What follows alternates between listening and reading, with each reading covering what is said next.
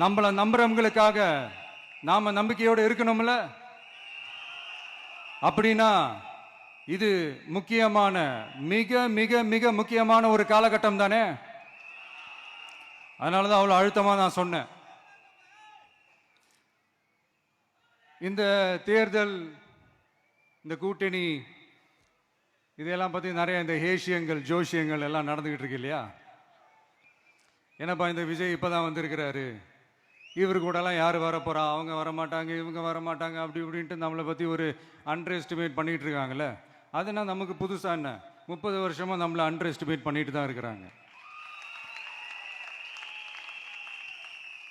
ஆனால் மக்கள் கரெக்டாக நம்மளை எஸ்டிமேட் பண்ணி ரொம்ப அழகா, ரொம்ப அக்கறையா, ரொம்ப தெளிவா, ரொம்ப தீர்க்கமா நமக்குன்னு ஒரு இடத்த கொடுத்துருக்குறாங்கல்ல. எப்படி, என் கேரியரின் உச்சமான ஒரு இடத்த கொடுத்துருக்குறாங்கல்ல. அதை இந்த நாடே பார்த்துக்கிட்டு இருக்குல்ல. ஏன் அப்படி எனக்கு அந்த இடத்த கொடுக்கணும்? ஏன்னா இந்த விஜய் நம்ம பிள்ளையாச்சே, நம்ம அண்ணனாச்சே, நம்ம தம்பியாச்சேன்னு சொல்லி அவங்க மனசுல அப்படி தோணுது. அதனாலதான் நமக்கு அப்படி ஒரு இடத்த கொடுத்து உள்ளன்போடு அள்ளி நம்மளை அரவணைச்சுக்கிட்டு இருக்கிறாங்க.